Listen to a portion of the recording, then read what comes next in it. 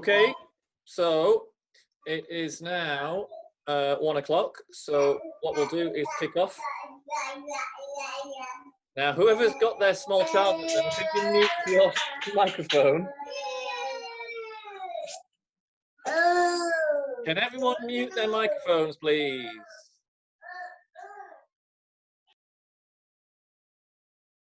There we go. I've managed to mute the culprit. So we'll start again. Hello and welcome to Grand Rounds today, the 2nd of July.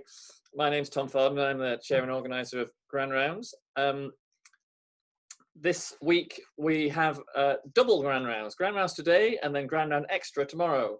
There's been a little bit of a kerfuffle about the timings, so if you are planning on tuning into tomorrow's Grand Round, it's at 1 o'clock, not 2 o'clock as previously advertised. It's at 1 o'clock. I will be sending out another email reminder after this just to confirm, but it's a 1 o'clock start tomorrow for the undergraduate update on what teaching will look like from August.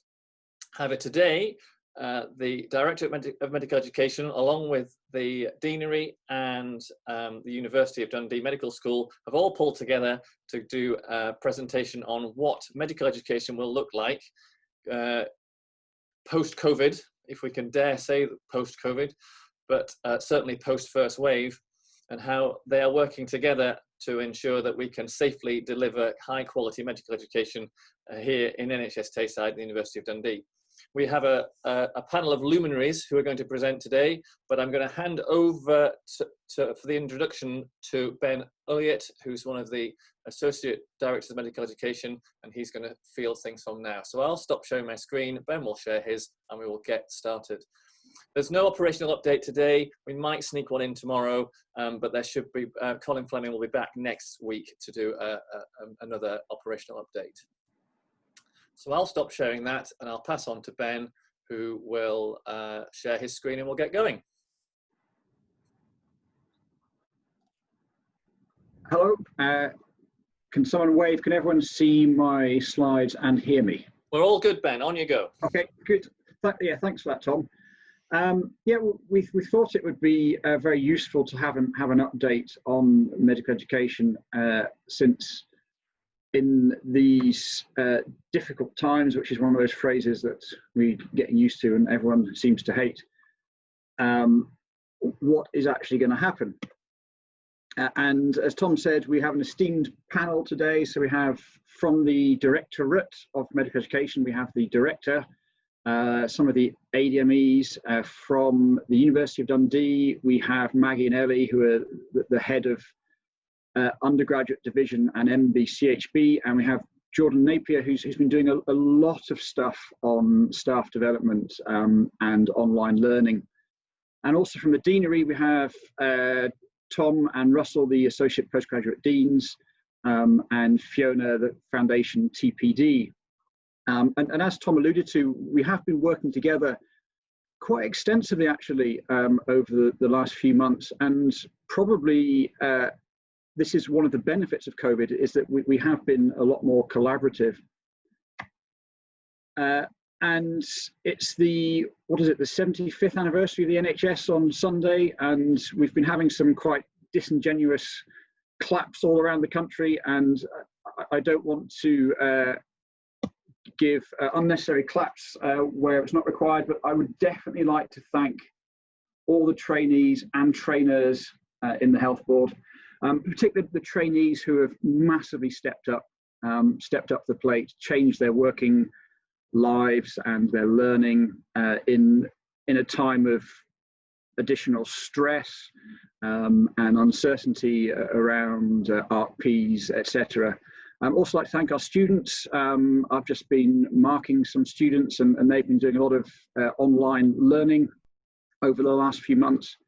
And finally, really like to thank the early graduating 5th years who have become FIYs, who have really changed their whole calendar and started working as doctors early. So thanks very much to all of those groups. And I will now hand on to John Davidson.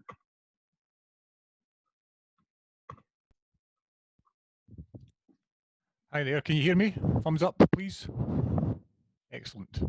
So thanks for the intro, Ben. I thought what I would do is try and give the current situation a wee bit of historical context and to some extent to define the rules of engagement which the Directorate of Medical Education finds itself working under. Next slide, please. So the reason for this slide is it was a bit of a kind of shock to me, to be brutally honest, that the Directorate of Medical Education officially was launched in February 2013, which is a long, long time ago, probably about half a head of hair ago for me. And the Directorate, in essence, was kind of mandated to us by the GMC. The GMC originally had a remit which was largely confined to postgraduate training and its assessment, but there was also a feeling that there was a need for a similar overview and ownership of undergraduate teaching, and the Directorates of Medical Education were born with that target in mind, or that remit in mind. Next slide, please. So I think there is an element of, through no fault of our own, the Directorate of Medical Education being the kind of best kept secret. We are not the Deanery, we are not the service, we are the Directorate of Medical Education. But what we try very hard to do is work with those two other agencies that I've mentioned in an attempt to deliver joined up, high quality undergraduate teaching and postgraduate training across Tayside. Next slide, please. Our goals are, as you can see there, we have tried manfully, woundfully for several years now to ensure that teaching and training are in essence core business for NHS Tayside, and that they find a role, they find a definition embedded within the service, not bolted on as something from the outside. To further that, the hope is that the educational delivery that we are responsible for is actually centred around the medical students and the trainee doctors who are under our care. To allow us to do that, we have a responsibility to make sure that our staff, our trainers, are fit for purpose, both from the point of view of being appropriately qualified to teach and also to be given the time to do it properly in their job plans. John, sorry to interrupt you in full flow. We're getting quite a lot of feedback from your microphone. Could you perhaps just push it away from your mouth a bit, but then we'll not pick up the breathing. Try again. Is that? That's a lot better. Sorry to interrupt you. No, that's no, great. That's fine. Thank you. So, unfortunately, in today's day and age, you can't do anything without having to demonstrate accountability and performance management. And that's of itself not a bad thing, but it brings in a layer of complexity, which sometimes can be a bit of a challenge, because a lot of the time we are attempting to adhere to standards and guidelines which are externally imposed on us rather than originating within. Next slide, please. So this slide just very briefly touches on our main responsibilities, and I've already mentioned 2 or 3 of them. I think the one that I would highlight of the 4 on that slide are communication. Communication is pivotal, and without it being a dialogue rather than a monologue, then we would achieve very little. So I would have said, I echo in every sense of the word, the comments that were made about joined up working, collaborative working with NES, and to a much lesser extent the GMC, but mainly NES. And we have very, very robust relationships with the medical school, which, if anything, have become stronger over the last couple of years. Next slide, please.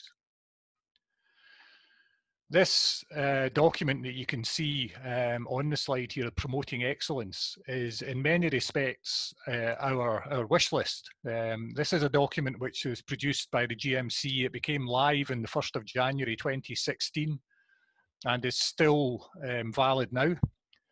It is a document which in many respects just sets out the goalposts, the roles and responsibilities for everyone involved in both undergraduate and postgraduate teaching and training.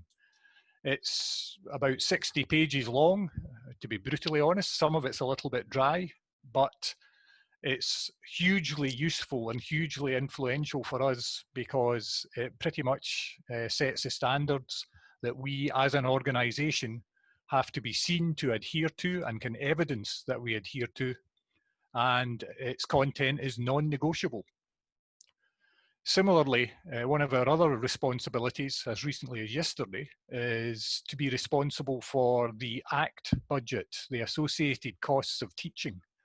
And this is something which is of great relevance to all of us in NHS Tayside because it amounts to a sum of pretty close to £14 million per year, which we have to demonstrate that we are gainfully using in particular undergraduate teaching.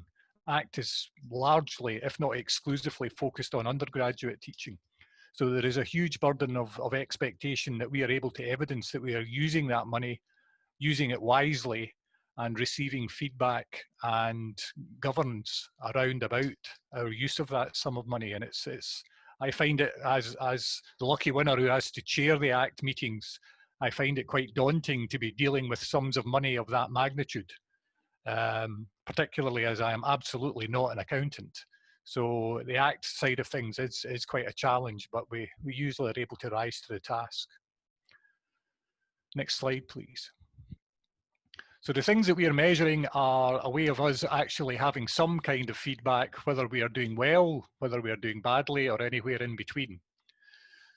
As you're all aware, one of the complaints that is levelled quite commonly is that we are surveyed to death at every level, whether it's all the way through medical school up to fairly senior consultants. But without knowing what the feedback is, we wouldn't know the areas that we can celebrate and share good practice, and we also wouldn't necessarily know about the areas where we're struggling.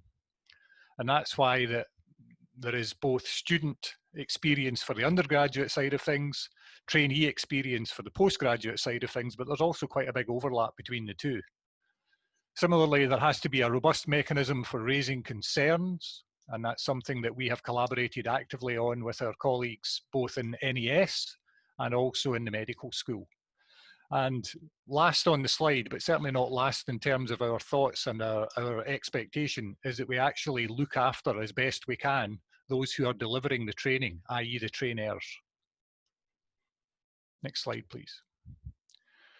And if I had to show one slide which basically summarises my role, then this would be that slide.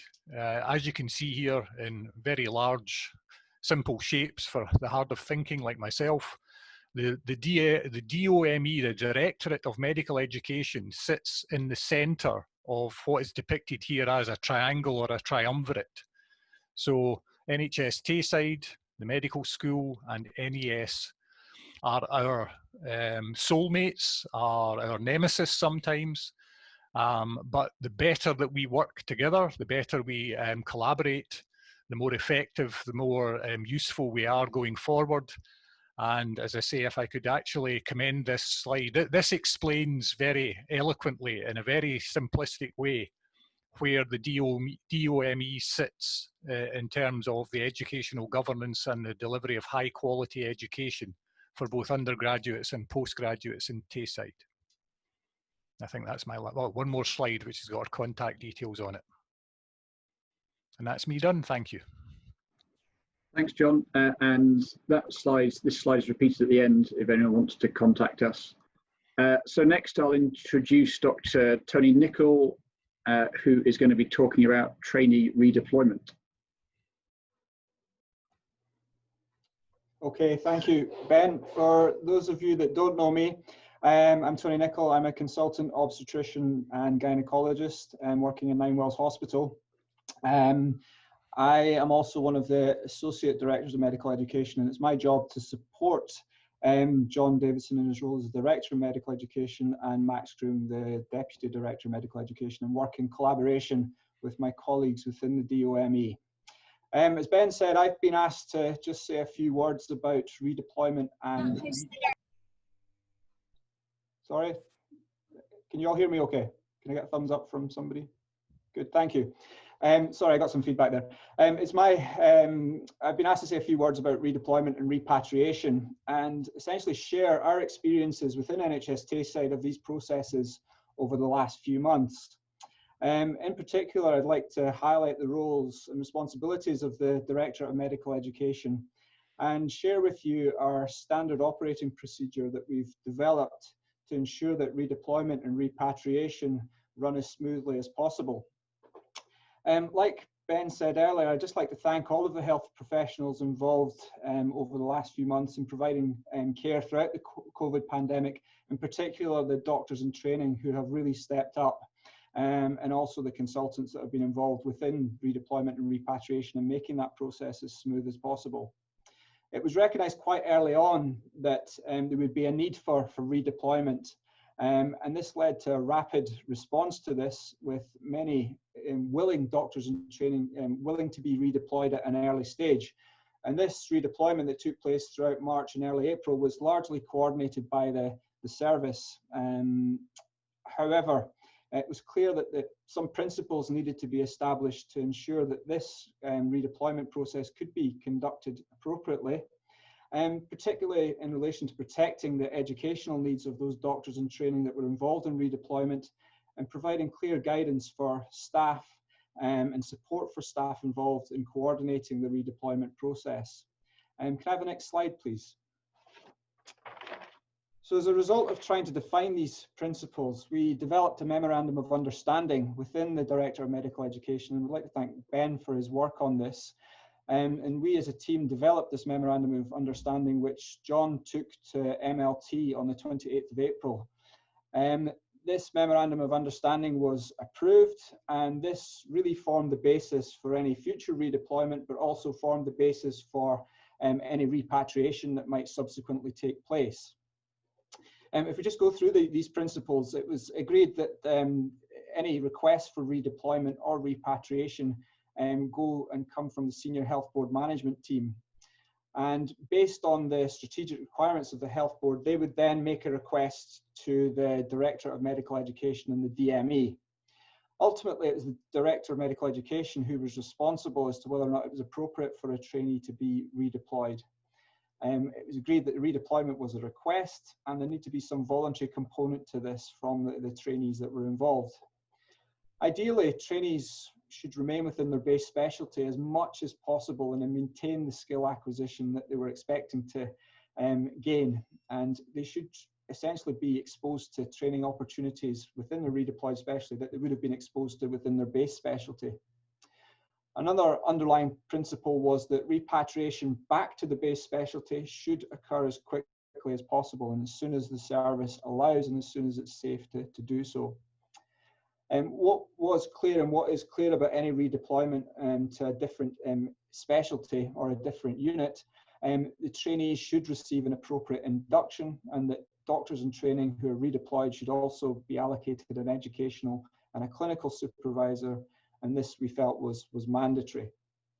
As I said, this was presented to MLT and agreed on the 28th of April. Can I have the next slide, please?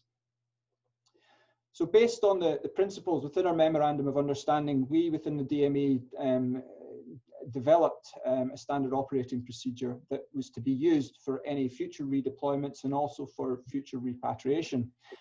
So these next couple of slides just highlight our SOP.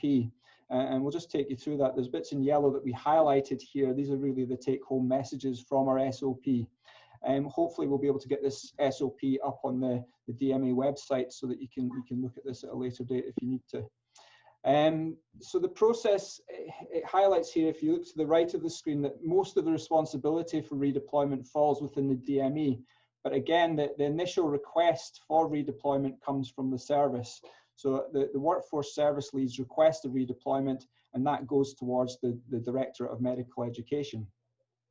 Within the DME, we have developed a spreadsheet that has a list of all our doctors in training that have redeployed, and that spreadsheet is updated on a weekly basis. And we as members of the DME team receive that spreadsheet so we can keep track of where doctors are and what specialty they've been redeployed to and whether or not they've been repatriated. Once a request comes in, We speak to the donating department to ensure it's still appropriate to redeploy any doctor in training. And then we go to the trainees to ask if they're in agreement with that redeployment. We discuss with the department and the trainees and the receiving department the likely start date. And we also ensure that there's appropriate educational supervision for our trainees. And we felt that our educational supervision should really remain within the base specialty from which the doctor is being redeployed from. However, if there was an issue with educational supervision, we in the DME would take responsibility for that, and we would provide that educational support for the trainees if required. Can I have the next slide, please? So moving on, the DME respond to the requesting department and make sure that a named clinical supervisor is identified for every trainee coming to that department. And again, we confirm the details of the induction. We've said that induction is mandatory, so any trainee going to a new specialty should have a formal induction within that new specialty. Finally, before the redeployment takes place, we then go back to the trainees and we speak to them individually, making sure that they know their start date, their induction date, who their educational supervisor is, and ensure that this is an appropriate thing to be processed.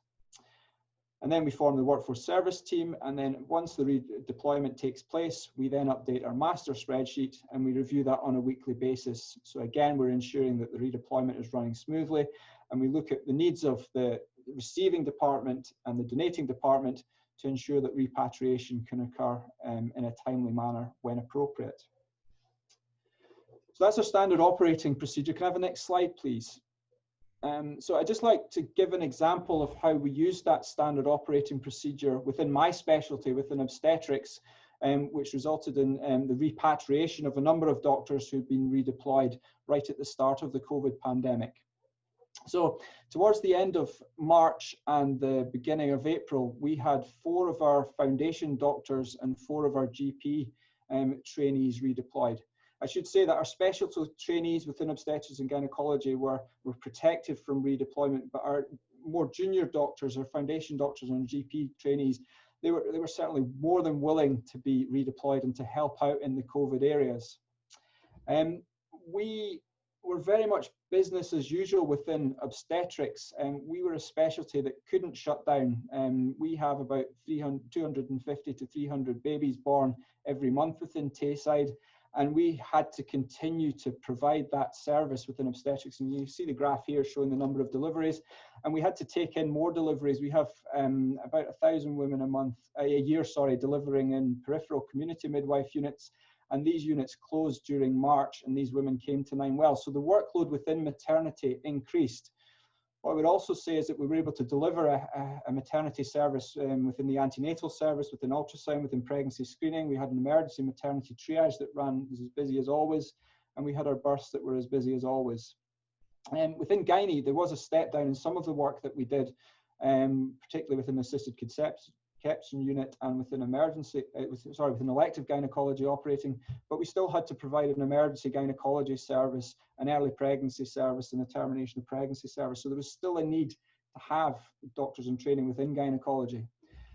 Our junior doctors' rota within obstetrics and gynecology was a 2-tier rota, but very quickly, once these doctors were redeployed, we moved to a single-tier rota. And in order to plug the gaps, we brought back our out-of-program specialty training doctors. Many of our doctors, in fact, the majority of our specialty trainees work less than full-time, and they all transitioned to a full-time model of working for several months. Our consultants moved from an on-call system of working to a resident system of working 24 hours a day, 7 days a week.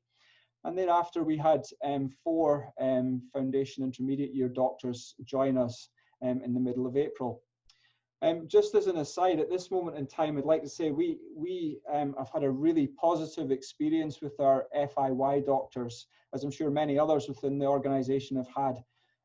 We do not normally have Foundation 1 doctors within obstetrics for various reasons, and that's not unique to NHS Tayside. That's something that happens across the board in Scotland.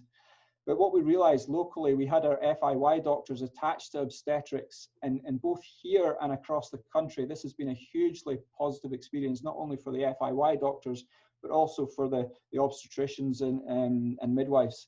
And we've had a really positive experience with these doctors. And as such, it's led to the question being asked that should we now have FY1 doctors within obstetrics? And we've put that to the UK Foundation programme, and they've certainly given us a positive response.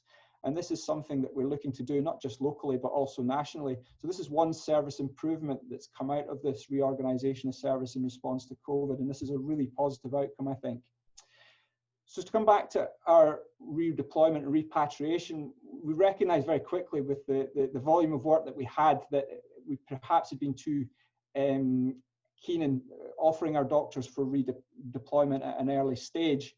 And our clinical director asked us in the DME if we could have our foundation doctors back, and this was approved quickly. This was at the beginning of April, and these came back on the 13th of April.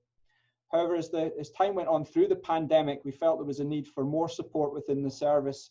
And I was again approached from our clinical director on the 7th of May, asking for our GP STs to return. So by this time, we had our standard operating procedure in place.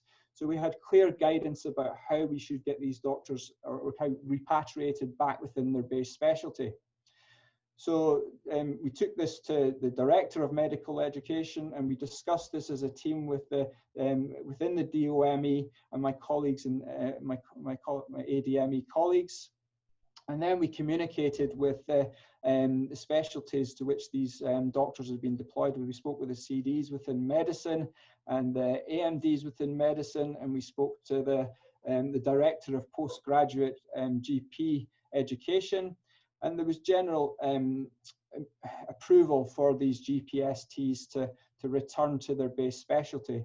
I should say at this time, it wasn't just obstetrics and gynecology, although I'm focusing on that. There was another request for pediatrics, which is also within my portfolio as an ADME. I then went back to my base specialty to confirm that these doctors would have an induction, their rota was designed, and that these doctors would again have appropriate clinical and educational supervision.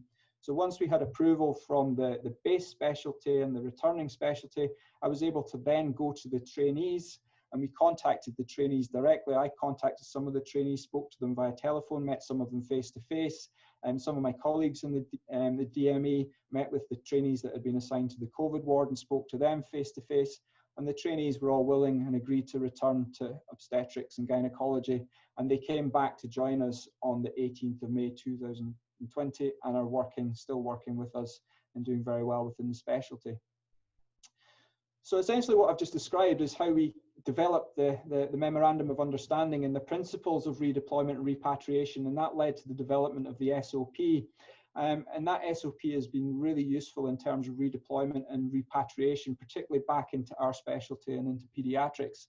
And hopefully going forward, now that we've got this SOP, it'll be useful in future if there is any redeployment required again in future in response to a surge in COVID cases, or it will be useful more particularly for repatriation of doctors who've been redeployed.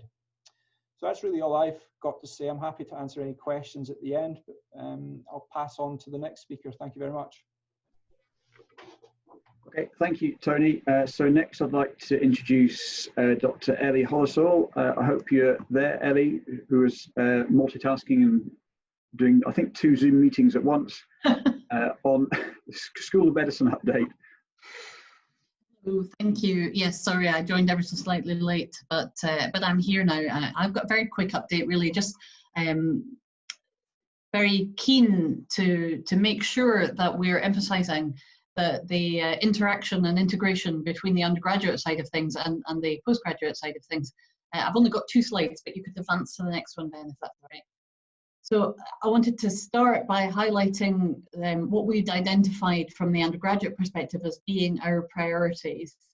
So first and foremost, and I think this ties in with what's been said already, we really wanted to make clear that our priorities are that there is safety as close to guaranteed as we can make it for patients and staff and students all the way through. And so all the changes we've seen through this year have been very much focused on that. Now, it's really important that we get our students back into teaching because we need to maintain the flow of new doctors. What we can't afford to have is a situation in August next year where there are no new junior doctors appearing on the ward because we haven't been able to graduate them. And so what we need is a safe reintroduction to teaching. And we can only manage that with a collaborative approach, making sure that we're working together as closely as possible to ensure that all of this happens. You can move on to my other slide. Thanks, Ben. So Maggie Bartlett drafted an original set of principles for placements, which we've circulated quite widely. You may have seen them already, and they have been quite well received across the patch. So just really to highlight what those principles are. And I'll start at the bottom of that list by saying that what we want to do is to focus first of all on getting our 4th and 5th year students, those who are closest to graduating, back into a clinical environment as soon as possible. And we are aware that what that means is that the early years are likely to get less clinical exposure than they otherwise would have done.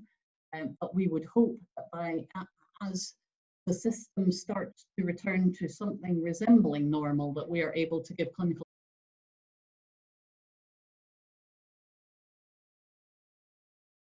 already to provide a really vast increase in online resources for students. So 1st to 3rd year as well, but there's plenty of resources already available and developed for 4th and 5th year students. And tomorrow's Grand Round is much more focusing on that side of things. So that is about trying to highlight the different resources that are out there and that we want to create more of. We know that that is going to mean quite a lot of work for lots of people. This is shifting a curriculum in a way that we weren't expecting to have to do now, but we hope that creating these resources locally as well as the national and international ones that we've been using will actually mean that we have a repository which is useful not just now but in the future. And then we've been asked an awful lot of times over the last few months about what's going to happen around the ROCE, which is the Record of Clinical Experience. Those of you who are familiar with 4th and 5th year medical students may also be familiar with the tattered booklet that they tend to drag around with them, asking you to sign off when they have attended or witnessed a vast array of different procedures and experiences. That is being reviewed at the moment in order to reduce that down to the absolute essentials, to make sure that we are getting students to focus on the things that are most important. It's really a prioritization exercise that's going on at the moment. And we're very grateful to everybody for the time and effort they put into that so far, but we're also aware that there will continue to be a need for this particular concentration of effort in the future. I think I'm finished. Great, thanks, Ellie. So moving on to I guess the main question is, what is medical education going to look like from August? And I'm sorry, but that's kind of a rhetorical question in that I don't really know. It depends, and some of it depends on what Scottish Government do in relation to COVID, whether we get rid of it, whether we shut the border, whether we can socially distance, whether we need to open 2, 3, 4 ICUs, and also what is happening nationally with groups like the GMC and what they say about training. So whilst I don't actually know, there are some principles, and as Ellie rightly said, we need doctors in the future, and at this moment in time we perhaps need more than we ever did. So we need medical students to graduate appropriately, we need doctors in training to progress safely. Social distancing is currently required, which affects staff and staff patient and staff student interactions. We need to undertake remote learning wherever possible, again, as Ellie said. And the footfall through the hospital is reduced in terms of patients. So there are reduced patients. The doctor-patient interactions are also reduced, and hence those educational opportunities are reduced. Although, that said, with lack of family visiting, that does open up some opportunities. So, for example, visiting often took place in the afternoon. Now, if that continues not to occur, there are perhaps more opportunities for timing of training during the afternoon. And as I've already said, the landscape is changing. COVID is changing, government restrictions are changing, and so that will affect where we go and if we have to redeploy our trainees. Now, this is a made up learning curve that I cobbled together yesterday. And despite redeployment, despite lack of courses, etc., learning is still continuing. So this is my learning curve. So I started off as a trainee, learned quite a lot, and then probably plateaued, became a consultant, learned a bit more, probably plateaued, maybe went on a course, maybe learned a bit more. And maybe I've declined slightly over the last few years. But with the advent of COVID, I've learned masses. I'd never heard of donning and doffing. I thought doffing was some joke, pornographic term. And I think all of us have learned stuff. Perhaps not what our course, our training program wanted us to learn, but we have all learned a lot. And a lot of the generic professional capabilities could be considered to be included in that learning, and a lot of non-technical skills I think have been learnt by us all. And it's worth our trainees reflecting on that and reflecting on some of the learning they've done, as is the case with our medical students. So what are the solutions? Well, there are going to be some national solutions and local solutions to this. So already there have been changes to the ARC-Ps from the GMC. And a lot of the solutions in your workplaces are going to be local to you. So big specialties such as anaesthesia are going to be very different to solutions for small specialties such as dermatology. And some groups will have national training programs, whereas others will all be done in-house. And so clearly the solutions for different departments are going to be different. But as some examples for you, what we've done in anaesthesia is we've had meetings with the service, training program director, the rota consultant, who I think is actually crucial in all of this, given the changes in training numbers and service requirements. We had the regional advisor from the college, we had teaching leads, and myself as the ADME for the anaesthesia patch. And between that group of people, we can come up with a cohesive plan for how we're going to manage training. And what we've done in anaesthesia is a bit like Tony in obs and gynae, is we've moved to a greater consultant resident presence out of hours, thus freeing up some training opportunities out of hours, but also some capacity for trainees to do more in-hours stuff. Now, one thing we didn't do is involve trainees in that decision, and I think that was a bit of a mistake. And I think that the trainees will have some very, very good ideas themselves and should be involved in that process. As another example, dermatology have come up with 2 different plans for training. So how are they going to train their trainees during COVID redeployment, where they might lose some of their trainees and they will be staffing the COVID unit, and a separate stream of how they're going to achieve training with their full complement of trainees, but in the context of fewer inpatients and fewer face-to-face patient interactions. And that's perhaps a way to move forward. Finally, again, as Ellie said, blended learning involving IT, online resource, and perhaps SIM is going to become more and more crucial. And there's a whole grand rounds dedicated to that theme tomorrow. But I'd like to introduce Jordan Napier, who's hopefully going to say a bit about that just now. Hi everyone, can you hear me okay? Grand. My name's Jordan Napier. I'm the staff development lead working in the School of Medicine, but very much also part of the Directorate of Medical Education, in that my office is there. I do miss my office quite a bit. This is just not quite the same, being in my spare room all the time. So I just wanted to deliver 2 very short messages as part of this grand rounds today. The first being that support is out there for clinical teachers that are adapting to this slightly new approach to teaching and training. The core skills programme, which has been running for many years, has been redesigned and relaunched with a spin on it towards blended learning. So how to kind of make the most of the time that you do have face-to-face with your learners, but then how can you put some of that online in a way that will make it engaging and useful for your learners. So that slide that I asked to go up there is the kind of new programme, which is very similar to the old programme, but it'll be delivered online in a virtual classroom. It'll still very much hold the kind of interactive elements.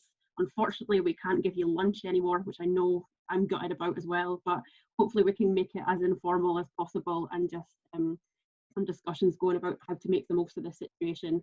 And the second thing I wanted to flag up is that tomorrow's Grand Rounds will be going into a little bit more detail about what blended learning in medicine will look like and share some amazing examples that have come out of our clinical teachers locally. I've been amazed by the creativity of some of our teaching leads and block organisers, the way that they've managed to get some clinical teaching up and running online that has been really appreciated by the students and that actually the staff have really enjoyed engaging with as well. So that'll be tomorrow. I'll pop the link to the booking site into the chat box here where you can sign up to any of these sessions. I suppose the other good thing about them being online is there's no room capacity to worry about, so we might have quite a big number of people joining the sessions, but again, that's a good thing because we'll all be learning from each other. So that's all I wanted to flag up, and I'll pop that link into the chat box. Thank you. Great, thanks, Jordan. And so now, hopefully, a productive and fruitful question and answer session. And I'll stop sharing my screen. We thought the best way to do this would be to put comments in the chat or directly to either Tom or myself, and we can do our best to answer them for you. So thanks very much, everyone. There are currently 2 questions. The first one is from Vanessa Kay, gynecology colleague, who's addressed this to John, but it may well be better answered or a different view from Russell, as he's the Associate Dean for Surgical Specialities. The question being, what is being done to address the lack of surgical training for trainees? There's been a 58% reduction in number of operations being performed in Tayside over the last 3 months, so trainees are not getting operating exposure. That's a very specific number, 58%. Accuracy costs nothing. So, John or Russell, do you have any comment? John, I'm happy to make an attempt to answer that if you like, or if you want to go first. He's disappeared. So why don't you just crack on, Russell, and we'll try and find John in the ether. Okay, so I'll understand from that, Tom, that you're able to hear me. Yeah, absolutely. You know, so at the risk of sounding like a politician, the problem is it's a very general question when you're looking at multiple different specialties there. So for each different specialty and for each different stage of training, then the opportunities to gain surgical experience is different. So, for instance, some trainees that are in higher surgical training or higher specialty training in general surgery, the amount of cancer operations or the particular operations they're needing to do has not been reduced, and access to that is much the same. So their opportunities to gain experience isn't any different. Likewise, emergency surgical procedures are still going ahead, so there's still activity there. Now, you know, by the time you look at plastics, ENT, ophthalmology, there's a huge range of things. There's a huge range of different types of operation or surgical procedure that happen within the hospital. And Vanessa's quite right, there has been a massive reduction in the number of procedures that are happening, but that's spread across all these different specialties. So where do we go? Well, this year, as you all know, there was the new ARCP outcomes brought in, and the vast majority of surgical trainees have been able to be given an outcome that's not one of the new ones, so not a 10.1 or a 10.2. So it hasn't affected surgical training massively for this training year. And that's because most trainees were able to, most of the training year was not affected by COVID. And for those surgical specialties where they use indicative numbers or competency-based training, then trainers were perhaps happy to sign off. Now, there are some specialties which don't use indicative numbers and use absolute numbers for procedures. And in those specialties, for example, ophthalmology, then you get more people receiving an outcome 10.1. I don't think there's any secret that it's this training year that's about to start that's going to be the big problem.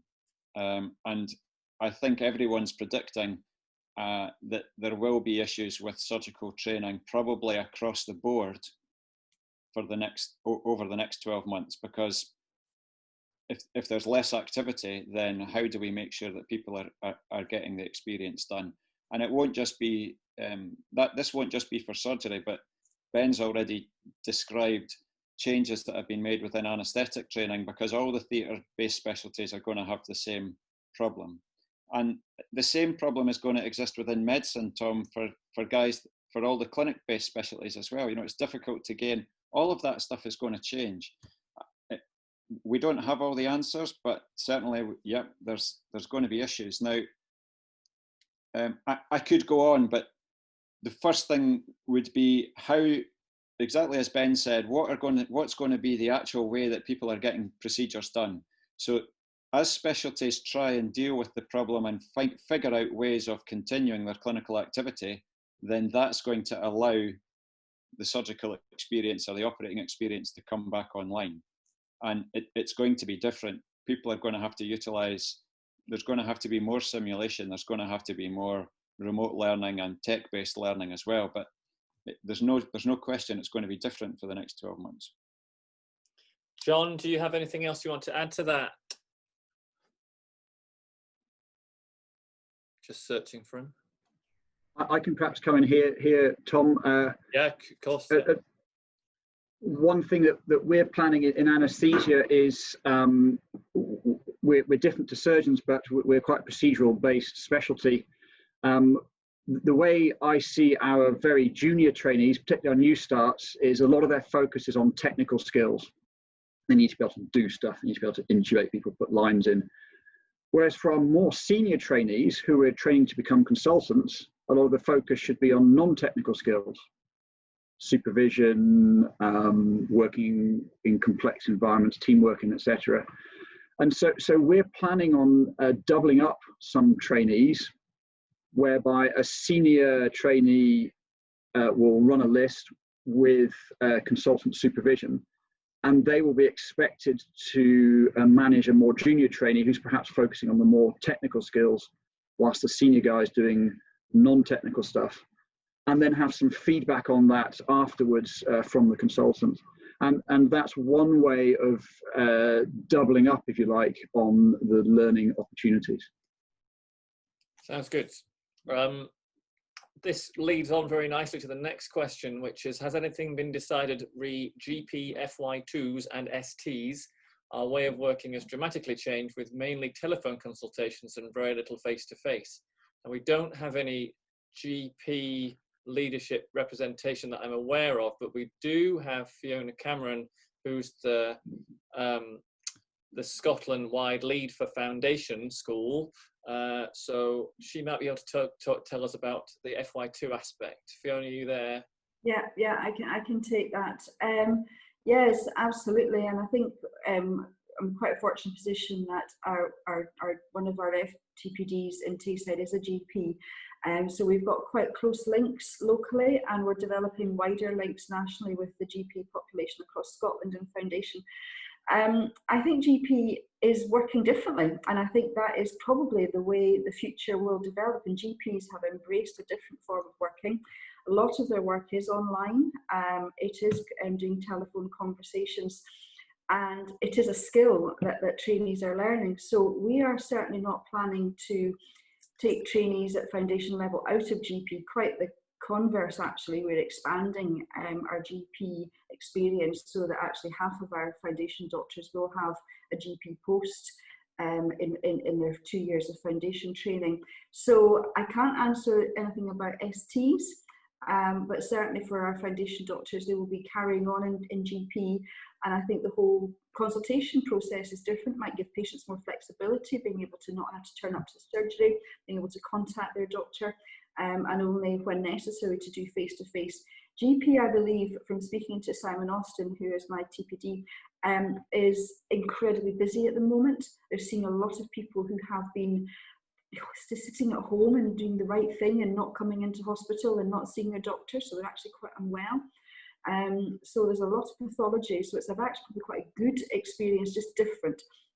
I know that we run Foundation Sim, and obviously down in the Clinical Skills Centre. When I say we run it, we don't. And Neil Harrison runs it, but we politely ask him to do that for us, and that is a Scotland-wide thing. But when I was speaking to Neil recently about getting clinical simulation up again for our foundation doctors, he was actually really positive about the simulation training that they've got with near me consultations. They've got some already well prepared simulations that they can have to prepare people to have a conversation with a patient over, in this format over a computer, which is alien to certainly probably quite a lot of patients, and probably requires specific skills that I don't have. But we're actually now going to train our doctors to do that. So maybe not what you wanted to know, but certainly, we are going to have to work differently with GP, I think, in different ways. And Russell mentioned in his response there that it's not just surgery that's going to have issues with procedural things, and Ben's talked about that transition between procedural skills for junior trainees into more non-technical things, and medicine with a little m straddles a lot of that, and a thing that's come up in the medical discussions is what do we do about national teaching. So what do we do about the regional and national teaching programs where you bring together everyone from around the country to talk about noodly medical things? So what we're going to trial in IMT and hopefully spread out into higher specialist training is a new platform for delivering the teaching and learning materials. We're doing that on a test of change basis using a program called Firefly, which if you're a parent of a kid at the high school, or then you'll know is basically designed for schools, but it actually will work very well for us at IMT. So the teaching will still be there, but it's going to be different, and I think that's what you've just said there, Fiona. That it's different experiences which are equally valuable, but it's just changing the way that we do things a little bit. I think that we from the NES point of view, we would all agree that curricula are competency based, and very few things remain numbers based these days. Certainly in medicine, it's about competency, and that overriding principle, I think, still continues no matter what the format is. Does anybody else have any questions that they'd like to direct towards the panel? We've made a very tidy 56 minutes of presentation, so that's tied things up very nicely. If there's nothing else, then I'll hand back to Ben just to tie up his bit, and then we'll draw things to a close. Ben, any closing words? No, just to thank everyone for participating in this, and to thank the panel. As we've said, a collaborative approach to this is crucial, and certainly between the Deanery, the medical school, and DME, we're being very collaborative.